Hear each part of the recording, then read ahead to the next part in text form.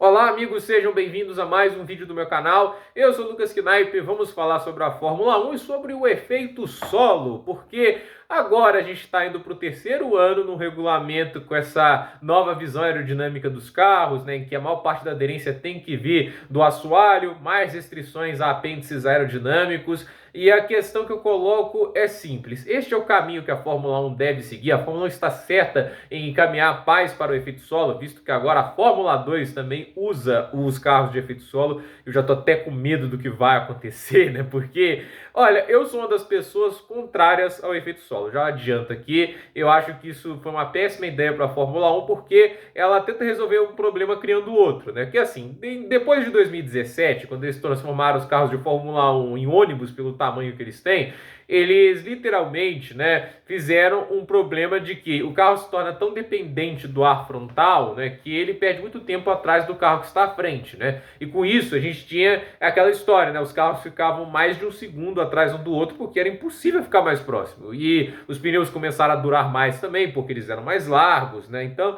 a Fórmula 1 fez uma armadilha enorme e deixou as corridas muito piores. Inclusive, o número de ultrapassagens em 2017 estava no mesmo nível de 2010, onde não tinha esse DRS, né? Os carros eram menores, né? E os pneus Bridgestone também não eram que se desgastavam rápidos. Então, a verdade é que a Fórmula 1 fez um negócio absurdo e não conseguiu consertar nos anos seguintes. 2018 também não teve grandes ultrapassagens. Uma corrida ou outra caótica que acabava mudando o aspecto, mas em sua maioria corridas ruins. Aí em 2019 eles tentaram dar mais simplificações aerodinâmicas, mas o efeito que, ao meu ver, mais melhorou as corridas foi fazer aquele aerofólio gigante, porque aí o carro tem mais arrasto e com isso os carros tendem a ter mais ar preso e com isso também gera um pouquinho mais de facilidade para perseguir, mas longe de ser uma maravilha, né? E o fato de ter um aerofólio maior aumenta o poder do DRS.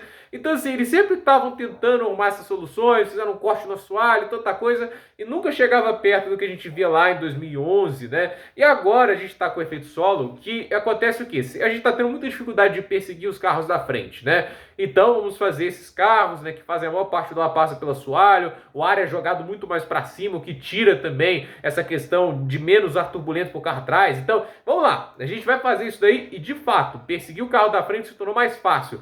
Por outro lado, não tem vácuo. A Fórmula 1 resolveu um problema criando outro. E agora as ultrapassagens são plenamente artificiais, porque se não tem um DRS, os carros vão ganhar 3, 4 km por hora atrás do outro nas retas. É isso que tem acontecido. Olha, por exemplo, a perseguição do Pérez tentando ultrapassar o Alonso lá em Interlagos, entende? Ele está seguindo o carro nas curvas, perde um pouco de tempo, porque até no efeito solo você tem a questão do ar turbulento. Aí você pensa, nas retas com o vácuo ele vai se aproximar? Não, entende? Até a última volta, quando o Pérez quase passa o Alonso lá, ele tá saindo da última curva a 3 décimos. Ele não se aproxima do Alonso até chegar à zona de DRS. No regulamento anterior, ele já estaria começando a se aproximar, aí ultrapassar. Compara, por exemplo, com o Schumacher ultrapassando o Raikkonen em 2006. Você vê ali o efeito do vácuo agindo. Os carros de hoje não geram vácuo. Então, se tira o DRS, não tem ultrapassagens, ainda mais com essa estupidez de regulamento que os pneus duram mais tempo. Então, assim, os pneus teriam que durar menos, mas é mais difícil fazer isso com um pneu largo do jeito que é. Então, assim, a solução para mim na Fórmula 1 é reduzir o tamanho do carro, que cada vez ficou maior. Vai lembrar que os carros aumentam de tamanho por vários motivos, mas o principal é mudança para motores híbridos. Eles são muito mais pesados que os motores a combustão tradicional, que eram usados de 2013 para trás, que agora você não tem apenas um motor híbrido, é um motor híbrido e com turbo para o motor a combustão. Então tudo ficou mais pesado, aí eles tiveram que fazer o carro mais comprido. De 2014 até 2016, o carro tinha a mesma largura dos carros anteriores, só que ele era mais comprido por causa do motor. Atrapalhou também a questão do peso, os carros ficaram mais desajeitados nas curvas, você consegue ver isso, né? E a questão é, ainda estava difícil para as equipes, aumentaram a largura dos carros, dos pneus, porque as equipes em 2016 estavam de saco cheio com pneus que duravam só 15 voltas. Eu adorava, eu adorava aquela salada de pneus de 2016, né? Você tinha ultra macio, né? O super macio, né? Agora não tem mais isso, né? Não tem mais aquele pneu roxo, né? Eu achava legal, mas a Fórmula 1 teve aquela... Eu acho que uma das melhores ideias da categoria foi os 3 jogos de pneu na mesma corrida. Naquela época fazia sentido, porque os pneus eles funcionavam direitinho, né? O médio, ele, assim, vamos supor, né? Tinha mais pneus, tinha duro, médio, macio, super macio. Vamos pegar aqui, médio, macio e super macio. O médio durava mais, tinha menos aderência, mas ele conseguia a longo prazo render melhor. Aí o macio era o intermediário dos dois, né? Ele tinha mais duração que o super macio, mas menos aderência, mas mais aderência que o médio, e lá funcionava direitinho. Agora não, né? Agora esses pneus não conseguem funcionar da maneira adequada. Tem horas que o pneu médio é mais rápido que o macio, tem horas que o pneu duro é mais rápido que o macio, tem horas que eles não usam o médio. Hoje, assim, por causa de tanta restrição, tanto inferno que eles fazem de pressão na Pirelli, os pneus não funcionam como deveriam, e eles têm que durar um tempo absurdo. Isso já começou em 2017, a gente via corridas de uma parada o tempo inteiro, né? A gente teve um ano melhor em 2021 porque as regras de assoalho colocaram mais pressão sobre os pneus e a gente viu mais corridas com duas paradas. Isso ajudou em 2021. Não foi aerodinamicamente a Fórmula 1 melhorou muito, é que desgastou mais os pneus e exigiu que se tivesse corridas com mais paradas. E aí com aderência variável, aí os carros têm uma aderência diferente, facilita o carro ter ser mais rápido atrás, fazer ultrapassagem. Então, assim, eu acho que a Fórmula 1 ela está indo muito para o caminho errado, porque ao solucionar um problema, ela cria outro problema igualmente grave. E hoje a gente tem uma categoria em que os pneus desgastam muito pouco. E 2023, em um contexto geral, foi um ano de corridas muito ruins, muito fracas. Era até meio assim desanimador gravar vídeo sobre isso, além de ter sido extremamente previsível para o Max Verstappen, que ganhou quase tudo.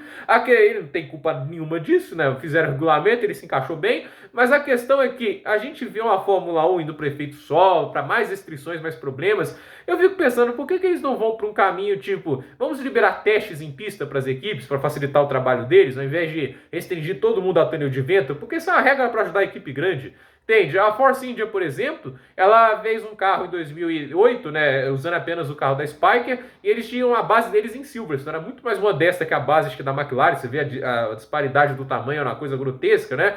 Mas em 2009 e 2010 eles montaram carros mais competitivos. Em 2009 conseguiram pódio, conseguiram pole. Eles fizeram um carro melhor. Isso por quê? Podiam testar na pista. Eles não tinham túnel de vento, mas começaram a testar o carro na pista e fizeram um carro melhor. Em 2010 tinha um carro que consistentemente estava indo para os pontos. Por quê? Eles conseguiam testar o carro na pista e ver o que funcionava e o que não funcionava. Equipes grandes têm túneis de vento muito modernos, que projetam, assim, conseguem projetar falhas e problemas assim, com mais precisão que das equipes menores, que normalmente alugam um túnel de vento da Toyota, que ela usava na Fórmula 1 até 2009, quando saiu da categoria. Então, assim, eles nunca pensam nisso.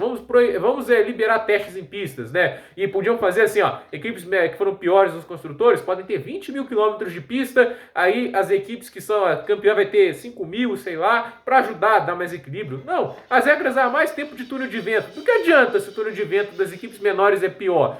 Cara, é muito ruim a maneira que a categoria está estruturada hoje. É por isso que a categoria hoje tem muito mais domínios do que tinha lá em 2007, 2008, 2009, entende? Se a gente para pensar, em 2010 a gente tinha 3 carros muito competitivos, McLaren, Ferrari e Red Bull. Por mais que o Alonso fizesse milagres, o carro da Ferrari era competitivo. E a gente para pensar em 2008, gente, a Ferrari e a McLaren estavam pau a pau. Os carros eram completamente diferentes, se você olha a olho nu, mas eram muito equivalentes em termos de desempenho. A BMW estava forte, a Renault ficou forte no final da temporada.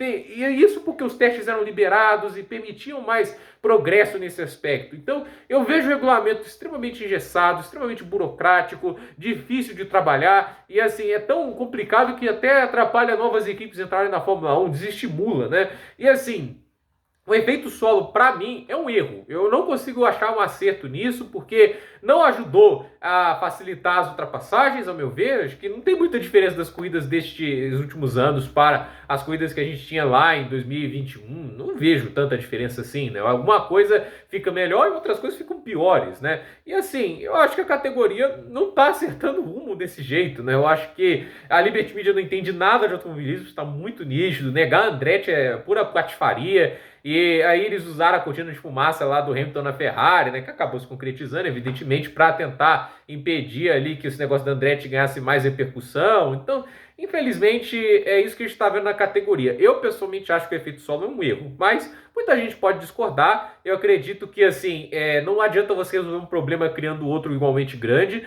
E eu acho que o caminho da Fórmula 1 é reduzir o tamanho dos carros, simplificar essa questão de motores, né? Eu acho que os motores híbridos agora é um caminho sem volta, mas acho que foram introduzidos na Fórmula 1 cedo demais. Não, muitas equipes quebraram naquele momento. Eu acho que eles deviam ter deixado a Endurance ter as dores de crescimento, aí sim começar a introduzir os motores híbridos. A Indy, por exemplo, tem muito mais calma e paciência para introduzi-los, até para não quebrar a categoria, né? Tem que fazer a transição de maneira mais natural. Vai muito rápido na Fórmula 1, isso foi muito negativo. Então, gente, por esse vídeo é isso, dúvida nos comentários, deixe seu like, se inscreva no canal, compartilhe esse vídeo e até o próximo vídeo.